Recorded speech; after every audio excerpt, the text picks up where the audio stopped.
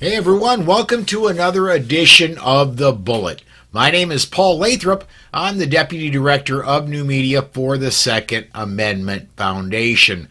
Joining me today and, Tuesday through Thursday every week Tuesday through Thursday every week going forward is nobody.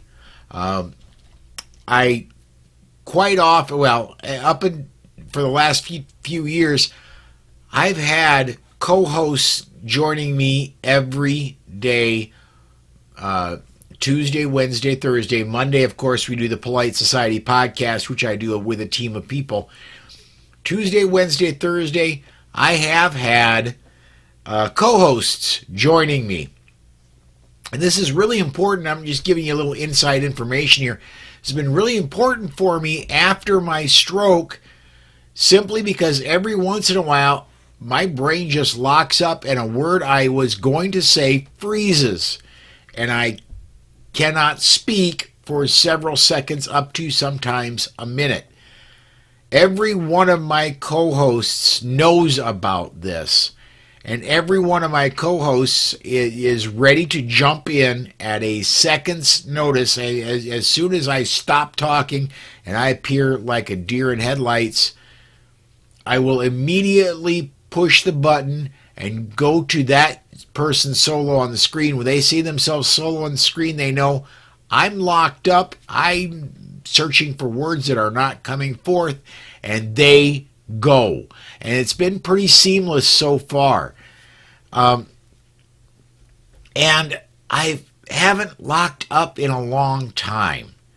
And I think it's time for me to do what I was hired to do and give you my opinions on the news and go over the news of the day. And I think it's time, honestly, for me to fly solo on this. I would love your feedback. We are starting to get comments from YouTube, and let me get social media hooked up here.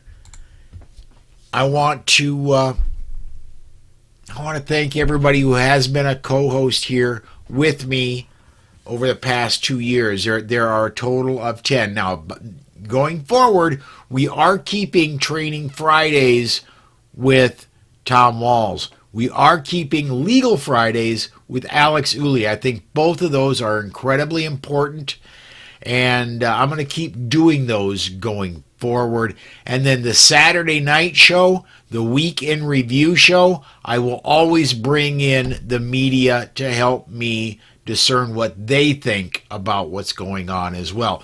So you'll continue to see a lot of the same people that you saw jumping in with me during the week. They're going to show up, but they're going to show up on the Saturday shows going forward.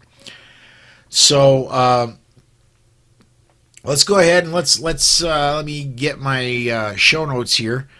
I've got a few stories I want to talk about today. And oh, by the way, another thing that's going to be happening is the shows may be shortening up a bit. Every day I'm going to pick 3 to 4 to 5 stories that I want to cover. And when I'm done with stories and you're done with comments, that's going to be the end of the show. Will every show be short? No, but I'm sure several of the shows will be shorter than our traditional 30 minutes. First story I want to start with today is off Breitbart.com. This is a AWR Hawkins story. This first one, Forbes claims more than 330 mass shootings this year using misleading data. Forbes pointed to misleading data and claimed on Monday there had been over 330 mass shootings in the United States so far in 2023.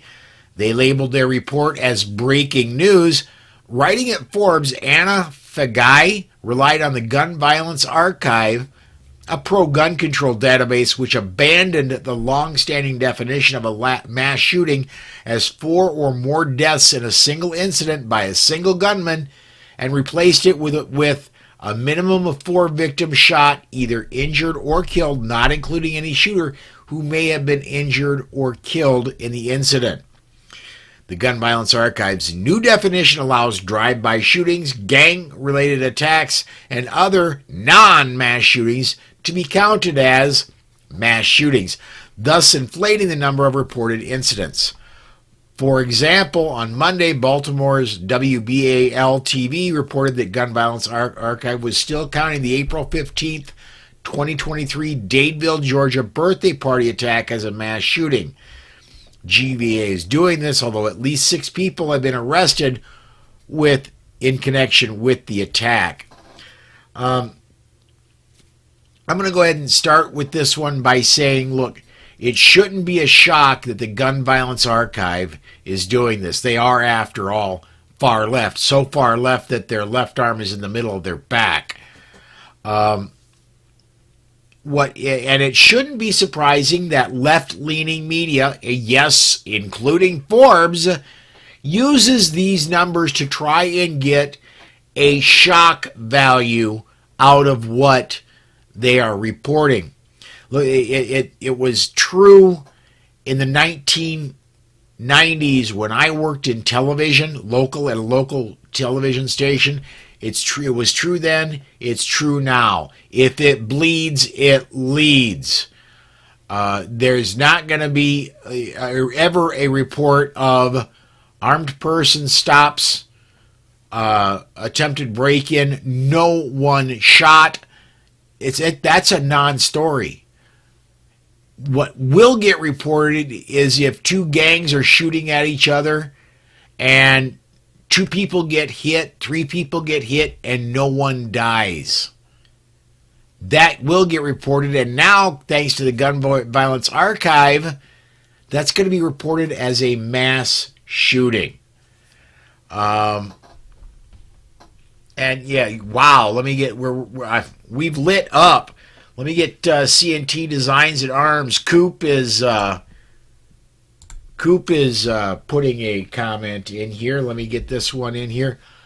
Play with terms and don't define motives when known. Gotta pump those numbers up. You know what, Coop? You're absolutely right. They're going to get more reads, more people reading if they can pump up those numbers. They're going to do whatever. It won't be long, guys. I'm telling you, it will not be long. If somebody pulls the trigger 6 times, it's going to be a mass shooting. They could hit nothing. It will still be a mass shooting. I went down to the range here, I suppose about a week and a half ago, and I pulled the trigger several hundred times, hit what I was aiming at every time. That's going to be a mass shooting in the very near future if you continue to believe the Gun Violence Archive. Yeah, Spartan 6. Let me get this one in there. Gun grabbers inflating their numbers to their advantage. Say it ain't so. Seems so out of character for them. Yeah. Absolutely correct. I just want to check over on this side. Yep, make sure that we don't have any Facebook side comments yet, but I am set up so we can get them. Next one, this is, and this you will hear about this again on Friday when we do a Legal Friday with Alex Uli. Federal judge limits Biden administration contact with social media platforms.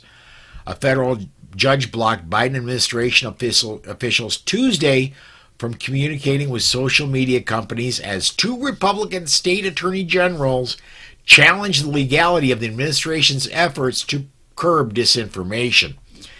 U.S. District Judge Terry Doherty, who was appointed by former President Trump, granted a preliminary injunction barring a wide swath of officials from the Department of Health and Human Services, the Centers for Disease Control and Prevention, the Department of Justice, the State Department, and the FBI from communicating with the companies.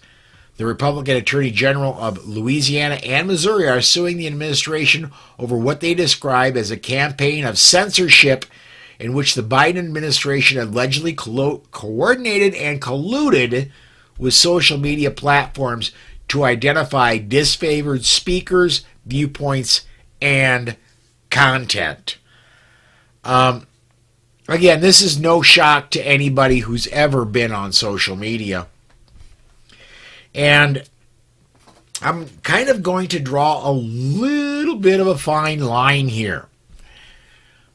Social media is going to throttle back those they don't agree with anyway. That's going to happen.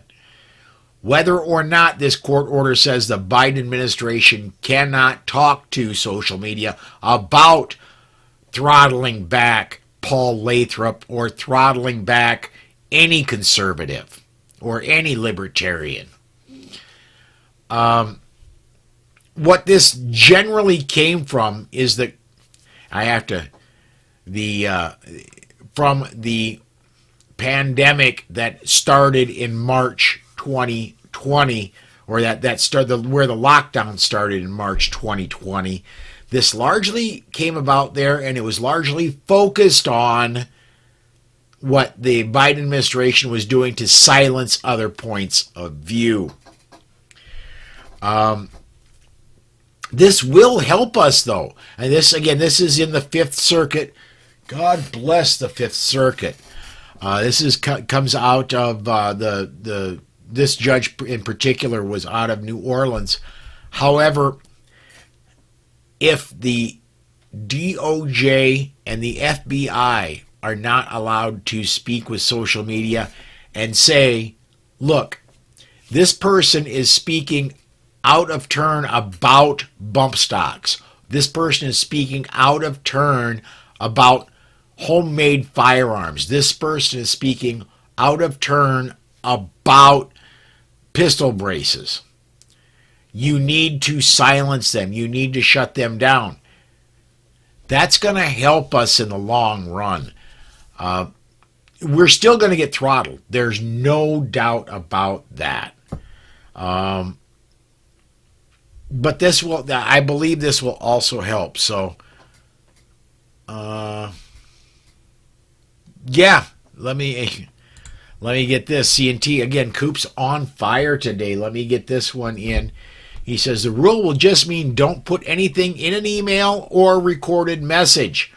Well, it's going to be kind of, I suppose they would have to have a federal agent jump on a plane from D.C.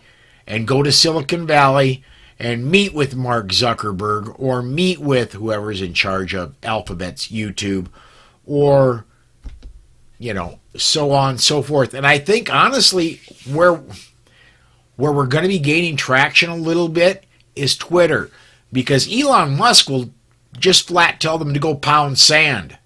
I mean, let's face it, the man could probably buy the federal government if he so chose.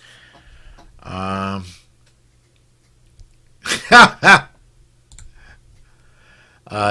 Lutine, and I've got what's called a Restream bot. Restream will reach in and grab comments out of Facebook and put them over to YouTube. And then I get the reports of that, but I do not, for some reason, Facebook is not showing up in my feed. So, but we're going to get this one in. I can credit this. This is John put this up there. Come on, man. Normal's right outside the boxcar. I promise. Banana Republic Joe. Yeah, absolutely. Absolutely. All right, one more story I want to get to today. And you can comment about any of the stories. I will go back and grab comments, and we'll still put them in. But let me actually get back.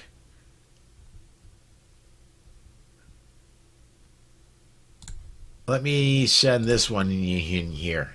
Going back to the reforming or recalibrating, is that the word? No, that's not really the word I'm talking about. Redefining what a mass shooting is. A school shooting is already defined as a gun that was fired in a school zone, no matter the time, day, or night. That's absolutely true. The other thing that really bothers me, and a lot, this goes, Pennsylvania is horrible for this. There are other districts there are other jurisdictions that do it too. if there is a 15-mile-an-hour school zone, you have to, I know this for a fact in Pennsylvania, they will ticket you for 30 in a 15 at 4 a.m. in the morning in July when there's no school students at that school, no students scheduled to be at that school, no kids within a mile. They will ticket you for that. So yeah, I would not. Again, it doesn't surprise me that school shootings are if two gangs meet in the playground of an elementary school and a shooting breaks out and that's a school shooting. Yeah, it's another twisting of terms. Absolutely, it is. Get one up from Spartan 6 here real quick. He says, right now, government officials are doing things we think only other dictatorships do. You know what? Again, I can't argue with that.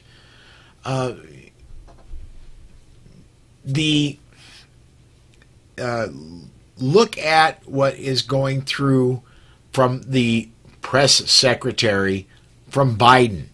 She will speak, she will not take questions, and then when she does, she immediately turns the question around so that, oh, I'm going to answer a question like, for example, if you know, did old Joe get his ice cream this afternoon? She'll completely twist that around to, well, we built so many jobs that, again, I could go in jobs. That's another one that burns me.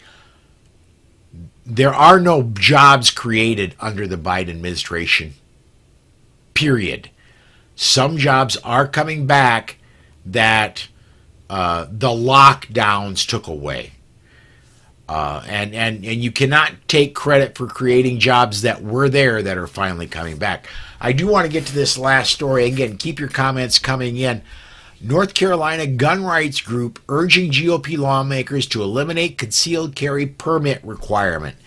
This one from WNCN out of Raleigh. A gun rights group is calling on Republican legislative leaders to revive an effort to eliminate the state's concealed carry permit requirement after a bill stalled this spring. Grassroots North Carolina recently wrote to Senate Leader Phil Berger and House Speaker Tim Moore, urging them to pass a bill that would make it optional for people to contain concealed permits and lower the age of concealed carry to 18. Earlier this year, Republicans eliminated the pistol purchase permit requirement, but Grassroots North Carolina leaders said lawmakers should go farther. Quote, it was certainly not the framers' intention that a government permission slip be required to carry firearms, concealed or otherwise, writes Paul Vallone, president of Grassroots North Carolina, in a letter to Senator Berger. I'm going to go ahead and leave the story there. I'll put it in the comments both on Facebook and on YouTube, and so that you can look up the story yourself. But what Grassroots North Carolina is saying is, look, North Carolina has spending bills to go forward yet. Republicans still could put this in a spending bill, and it will be just as much law as it would be on a standalone bill. For standalone bills, the time has passed. They had to get it through. Let me go see if I can find the date there. In May, they had to be. It had to be through in May, and it passed both the House and the Senate and two House committees in May. Was scheduled for a vote, and then it was pulled from the calendar. Permitless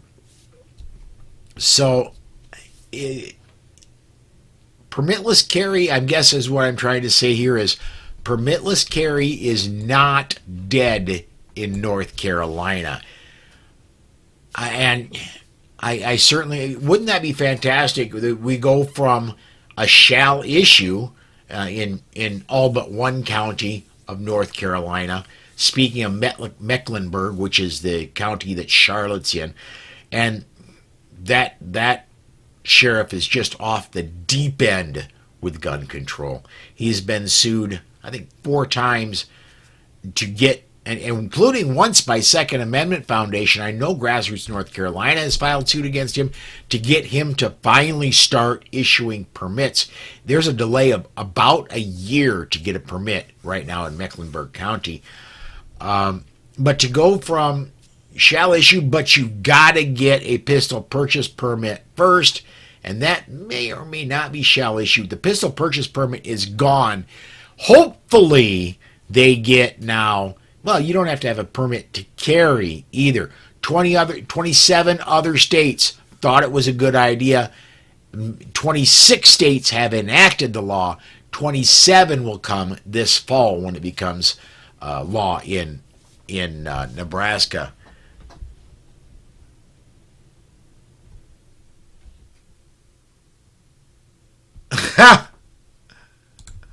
Let's get this in here real quick, and then I think we're going to get ready to shut the show down. I wouldn't believe KGP if she told me that I love my AR-15, which of course I do, but I would still have to check my conscience to make sure that I do love it. That's how much I trust her statements. I'll say this, Spartan 6, if she were to say, look, I guarantee you the sun is going to rise in the east tomorrow, I would not hold my breath waiting for the sun to rise in the east. The next morning I would check to make sure it actually rose in the east and not in the south or the west or the north. Yeah, I don't, anything coming out of this administration, I take with a shovelful of salt and sort through and find out what is really going on. And going forward, that's what I promise you I will continue doing. Daily, I will be get my shovel full of salt and peck through and find out what are the facts, what aren't the facts, and I will get those to you here. So going forward, Tuesday through Thursday, it's me, myself, and I. All 3 of us will take care of you. No co-hosts. Friday, we either have Legal Friday or we have Training Friday. And then Saturday, the big weekend show, is the Week in Review, where we cover the biggest stories of the week. And we have multiple people from the media on to talk about them. All right, we're pretty much caught up on comments, so I think we are going to go ahead and shut it down for today. Do please come join me, and also 7 p.m. Central Time, Monday through Saturday. Monday is Polite Society. Monday is Polite Society's broadcast. Tuesday through Saturday are the Bullet. Again, Tuesday through Friday, the regular weekday edition of the Bullet, and Saturday, the weekend edition of the Bullet.